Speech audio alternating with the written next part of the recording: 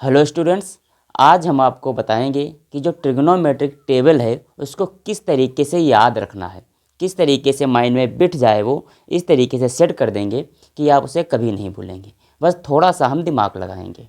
जैसे यहाँ पर लिखा हुआ है साइन थीटा की वैल्यू 0 क्या होगी, 30 क्या होगी, 45 क्या होगी, 60 क्या होगी और 90 क्या होगी।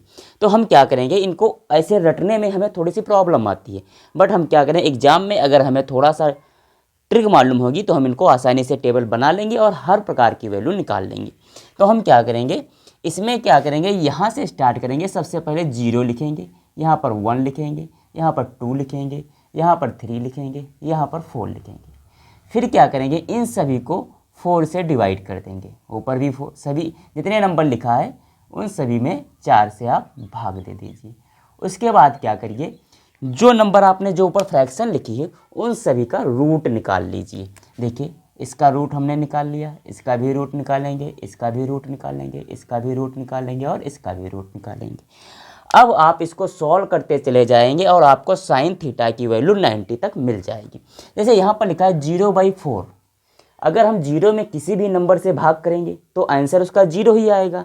अब जब 0 आएगा, 0 को हम रूट निकालेंगे तो वो आंसर भी 0 आएगा। इसका मतलब साइन 0 की वैल्यू जो होगी वो 0 ही होगी। अब यहाँ पर देखिए 1/4 लिखा हुआ है, ये इधर हम बता रहे हैं। जैसे लिखा है 1/4, 1/4 लिखा है, 1 का रूट निकालेंगे तो 1 ही आएगा, 4 का रूट निकालेंगे 2 आएगा, क्योंकि 2 × 2 इस तरीके से आप अगर करना चाहें, ये आप जानते होंगे स्क्वायर रूट वाला हिसाब किताब, कि इसमें से हम एक नंबर लेंगे और यहाँ से भी हम एक निकाल लेंगे। इसका मतलब इसका आंसर आएगा 1/2। तो साइन 30 की वैल्यू आ जाएगी 1/2। इसी तरीके से 2/4 है, इसका रूट निकाला गया है, 2/4 लिखा हुआ है। अब आप क्या करेंगे, इसका रूट निकालेंगे तो इसको आप अंदर ही कैंसिल कर दिया। 2 × 1 = 2, 2 × 2 = 4, यहाँ पर आ जाएगा 1/2। 1/2 आ गया तो आप 1 का तो रूट निकाल सकते हैं, 1 आएगा, लेकिन 2 का रूट नहीं निकाल सकते।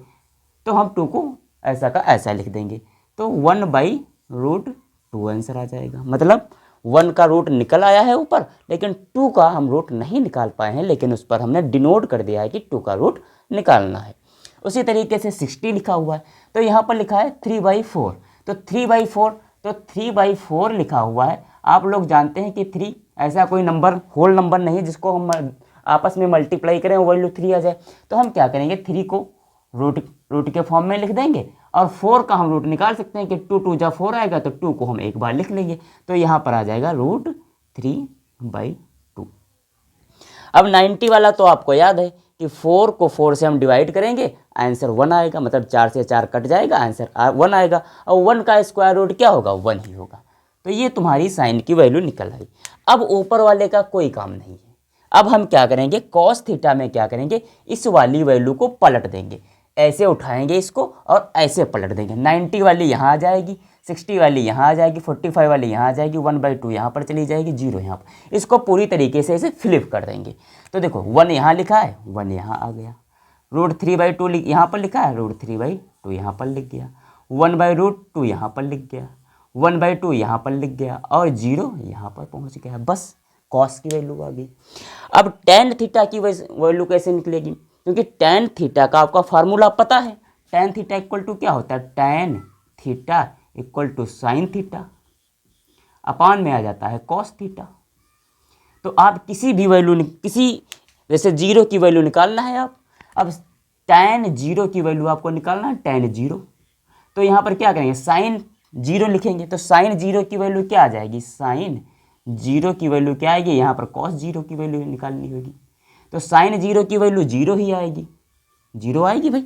साइन 0 की वैल्यू 0 है और कॉस 0 की वैल्यू 1 है।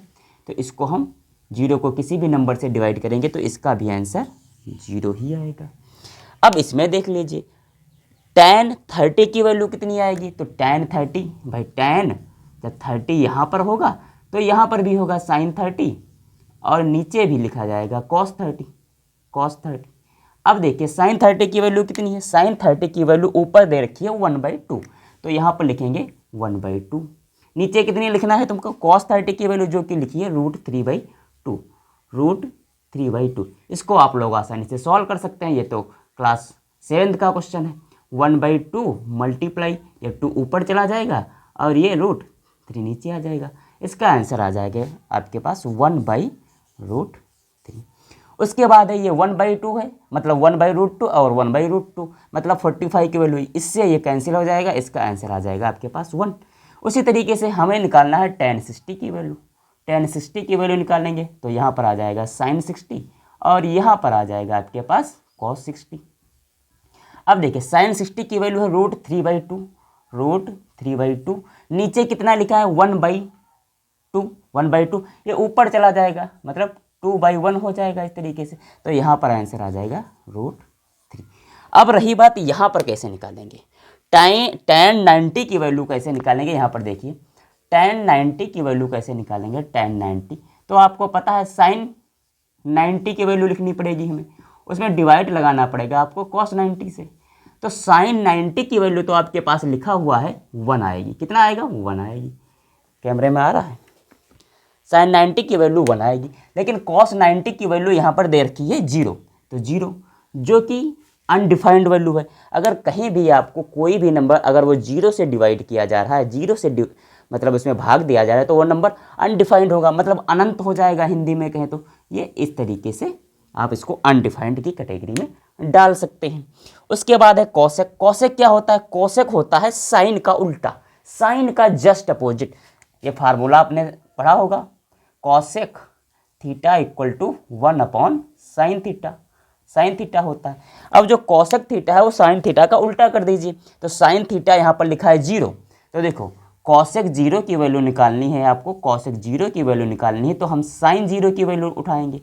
अब यहाँ पर देखिए साइन 0 की वैल्यू कितनी है, साइन 0 की वैल्यू यहाँ पर 0 है, ये फिर से 1/0 आएगा, मतलब ये फिर से अनडिफाइंड होगा, तो इसका मतलब कोसेक 0 की वैल्यू भी अनडिफाइंड हो जाएगी।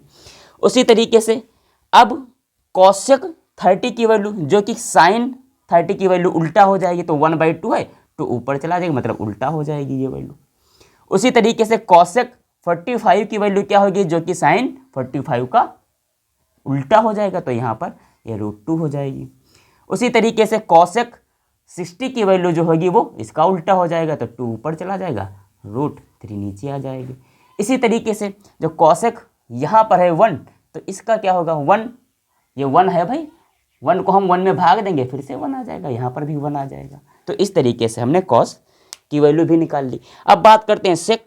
सेक वाले में भी वही कंडीशन है, सेक थीटा किसका रेसिप्रोकल होता है, कॉस थीटा का। देखो cos theta equal to formula देखिए, कॉस थीटा इक्वल टू क्या हो जाएगा 1/sec थीटा।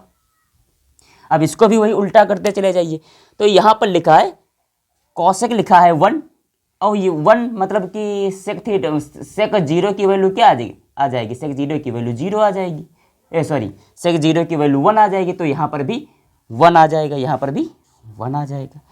अब क्या है कॉस सेक, ये दोनों आपस में अपोजिट है। यहाँ पर लिखा है 30 की वैल्यू निकालनी है, तो यहाँ पर लिखा है √3/2, तो यहाँ पर क्या हो जाएगा 2/√3 हो जाएगा। यहाँ पर लिखा है मतलब सेक थीटा इसका उल्टा होता है 1/√2 लिखा है, यहाँ पर लिख जाएगा आपको √2 लिख जाएगा।